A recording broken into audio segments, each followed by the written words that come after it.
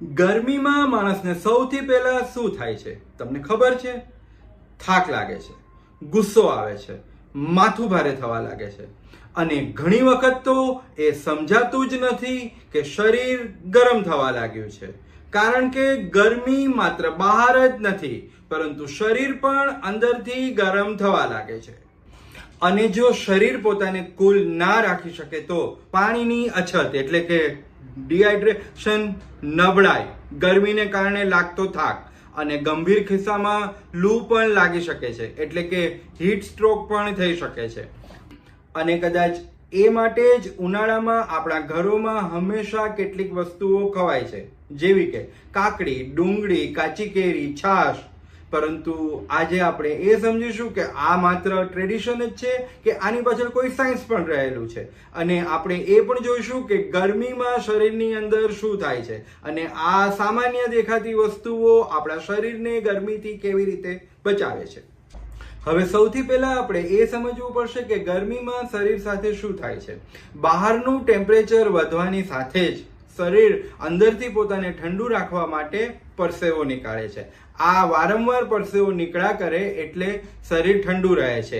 એટલે કે પરસેવો છે એ આપણા શરીરનું નેચરલ કુલિંગ સિસ્ટમ છે. પરંતુ આ પરસેવામાં માત્ર પાણી જ નથી હોતું, આ પાણીની સાથે મિનરલ્સ પણ નીકળી જાય છે. હવે આ મિનરલ્સ નીકળી જવાથી જે સોલ્ટનું બેલેન્સ છે તે ડિસબેલેન્સ થઈ જાય છે અને ત્યારે શરીર અંદરથી સ્ટ્રેસમાં જવા લાગે છે. અને એ પછી થાક, ચક્કર, માથાનો દુખાવો, નબળાઈ અને એક્સ્ટ્રીમ કેસમાં તો હીટ એક્ઝોર્શન અથવા લૂ લાગવી એટલે કે હીટ સ્ટ્રોક પણ આવી શકે છે. અને સૌથી ઇન્ટરેસ્ટિંગ વાત, ગરમીમાં પ્રોબ્લેમ ફક્ત બહારની ગરમી જ નથી પરંતુ શરીર અંદરથી ઠંડુ રહી શકે છે કે નહીં એ સૌથી મહત્વનું છે. અને કદાચ એ માટે જ જૂના સમયમાં ઉનાળામાં લોકો ખાનપાનમાં ખૂબ જ ધ્યાન રાખતા હતા. કારણ કે આ જે ગરમી સાથેની ફાઇટ છે એ બહારની ગરમીથી જ માત્ર નથી લેવાની પરંતુ શરીરને પોતાની અંદરની ગરમીથી પણ સતત ફાઇટ કરતા રહેવું પડે છે. હવે ચાલો વાત કરીએ કાકડીની. તો કાકડી ઉનાળામાં જે શરીર પાણી ગુમાવે છે એને રિટેન કરવામાં મદદ કરે છે. કારણ કે એમાં 95% જેટલું પાણી હોય છે. વળી માત્ર પાણી નથી હોતું, એમાં મિનરલ્સ પણ હોય છે. આ મીન્સ ઉપરાંત કાકડી છે એ આપણને ડાયજેશનમાં પણ મદદ કરે છે. થાય છે એવું કે જ્યારે આપણે કાકડીની સાથે પૂરા જમવામાં ઓઇલી ફૂડ લઈએ છીએ એ આપણા શરીરને હેવી બનાવે છે. પરંતુ કાકડી ખાવાથી આપણું શરીર લાઇટ રહે છે અને એટલા માટે જ ઘણા બધા ગુજરાતી ઘરોમાં કાકડીનું કચુંબર ઉનાળામાં અચૂક લેવામાં આવે છે. આવું ગરમીનું બીજું ખાણું છે કાચી કેરી. કાચી કેરીનું શરબત પીવું એ આપણે ગુજરાતમાં ઘણા વર્ષોનું ટ્રેડિશન છે. લોકો એવું માનતા કે કાચી કેરી છે એ આપણને લૂથી બચાવે છે. પણ શું એ સાચું છે? કાચી કેરીમાં એવા કેટલાક મિનરલ્સ રહેલા છે કે જે બોડીએ જ્યારે સ્વેટિંગ કર્યું છે ત્યારે તેમને રિકવર કરવામાં મદદ કરે છે.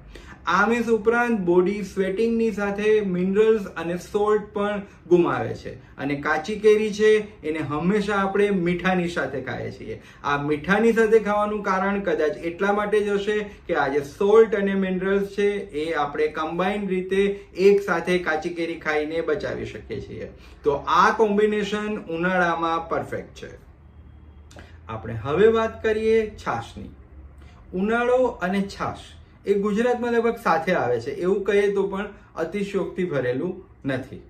કારણ કે ઉનાળામાં શરીર માત્ર પાણી જ નથી ગુમાવતું પરંતુ આપણો ડાયજેસ્ટિંગ પાવર પણ ઘણો બધો સ્લો થઈ જાય છે. કારણ કે આપણે જેમ ઓઇલી ફૂડ ખાઈએ છીએ, બીજી બધા વેજીટેબલ્સ, રોટીઝ, એને કારણે આપણું શરીર છે એ ઘણી વખત જમ્યા પછી ભારે ફીલ કરે છે. અને અહીં છાશ કામમાં આવે છે. છાશ છે તે આપણી ડાયજેસ્ટિવ સિસ્ટમને સરસ રીતે ઓપરેટ કરવામાં મદદ કરે છે.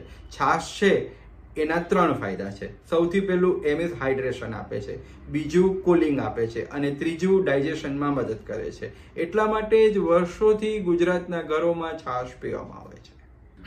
બીજું આવું જ એક ફૂડ છે ડુંગળી.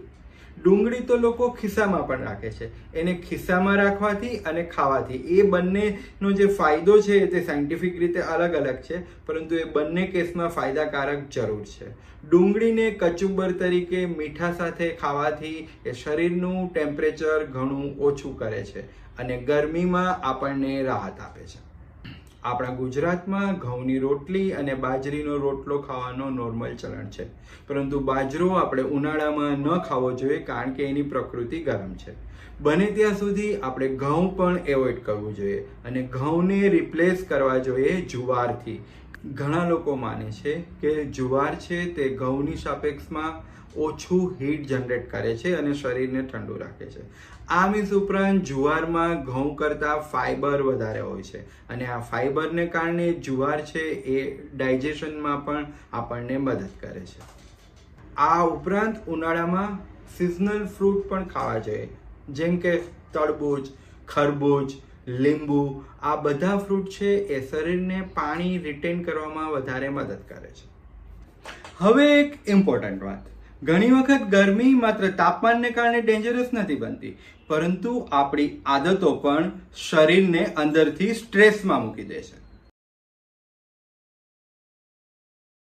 ગરમીમાં આપણું શરીર સતત પાણી ગુમાવી રહ્યું હોય છે. પરસેવો, બ્રેધિંગ, આ બધામાંથી પાણી નીકળે છે. એટલા માટે વારંવાર પાણી પીવું જરૂરી છે. આવું ન કરીએ તો લોહી જાડું થવા લાગે છે, નબળાઈ આવે છે અને શરીરનું ઠંડુ પડવાની પ્રક્રિયા ધીમી પડી જાય છે. અને આ ત્રણ થવાથી આપણા જે લૂ લાગવાના સિમ્ટમ્સ છે એ ચાલુ થઈ જાય છે, જેવા કે થાક લાગવો, ચક્કર આવવા અને માથાનો દુખાવો થવો. એટલા માટે જ ગરમીમાં વારંવાર પાણી પીવું ખૂબ જ જરૂરી છે. ગરમીમાં આપણું શરીર પહેલેથી જ અંદરથી સ્ટ્રેસમાં હોય છે. એમની ઉપર જો આપણે ઓઇલી, ફ્રાઈડ કે ભારે ખાવાનું ખાઈએ તો આપણા ડાયજેશન ઉપર પ્રેશર આવે છે અને આ પ્રેશરને હલકું કરવા માટે, વધારે એફિશિયન્ટલી ડાયજેસ્ટ કરવા માટે શરીરને વધારે એનર્જી ખર્ચ કરવી પડે છે. અને જો આ શરીર ન કરી શકે તો શરીર ભારે લાગે છે, ઊંઘ આવે છે, અકળામણ થાય છે અને આ બધાને કારણે કેટલાક લોકોને વધારે ગરમી ફીલ થઈ શકે છે. ગરમીમાં ઘણા લોકો કોલ્ડ ડ્રિંક્સ તરફ ભાગે છે કારણ કે એ થોડી વખત ઠંડક આપે છે, પરંતુ રિયલ પ્રોબ્લેમ શું છે? આ કોલ્ડ ડ્રિંક્સમાં મોટા ભાગે ખૂબ જ સુગર આવેલી હોય છે. આ સુગરને કારણે એ એકચ્યુઅલ હાઇડ્રેશન આપવાની જગ્યાએ આપણા શરીરને કન્ટિન્યુઅસ તરસ ફીલ કરાવે છે અને ઘણી વખત એનર્જી ક્રેશ પણ થઈ શકે છે. જો શરીરને ગરમીમાંથી રિકવર થવાનો ટાઈમ જ ન મળે તો બોડીનું ટેમ્પરેચર સતત હાઈ રહે છે અને જ્યારે ભેજનું પ્રમાણ ખૂબ જ વધારે હોય ત્યારે પરસેવો નીકળવા છતાં બોડી પ્રોપરલી કૂલ થઈ શકતું નથી અને આ એક ખૂબ જ જોખમી પરિસ્થિતિ બની શકે છે. એટલા માટે ગરમીમાં લાંબા સમય સુધી તડકામાં રહેવું ટાળવું જોઈએ. ઘણા લોકો આને અંડર એસ્ટિમેટ કરે છે, પણ ઊંઘ એ ગરમીમાં ખૂબ જ ઇમ્પોર્ટન્ટ છે કારણ કે રાત્રે બોડી પોતાને રિકવર કરે છે અને જો ઊંઘ પૂરતી ન મળે તો શારીરિક તણાવ વધે, થાક અને અશક્તિ વધે, ગરમી સહન કરવાની શક્તિ ઘટે અને પછી બીજે દિવસે ગરમી અનબેરેબલ એટલે કે અસહનીય લાગે છે. વાત સિમ્પલ છે, ગરમીમાં ફક્ત એસી જ પૂરતું નથી, પરંતુ આપણે આપણા શરીરને અંદરથી સપોર્ટ કરવો જ રહ્યો અને કદાચ આ માટે આપણી પારંપરિક ફૂડ હેબિટ્સ ખૂબ જ અક્ષીર છે કારણ કે આ માત્ર ટ્રેડિશન જ નથી, પરંતુ આની પાછળ ઊંડી સમજ અને અનુભવ છુપાયેલો છે. અને જો હજુ પણ તમને વધારે ગરમી ફીલ થતી હોય અને થાક, નબળાઈ, માથાનો દુખાવો, વોમિટિંગ આવી બધા સિમ્ટમ્સ હોય તો તમારા ડોક્ટરનો સંપર્ક જરૂર કરજો. Take care.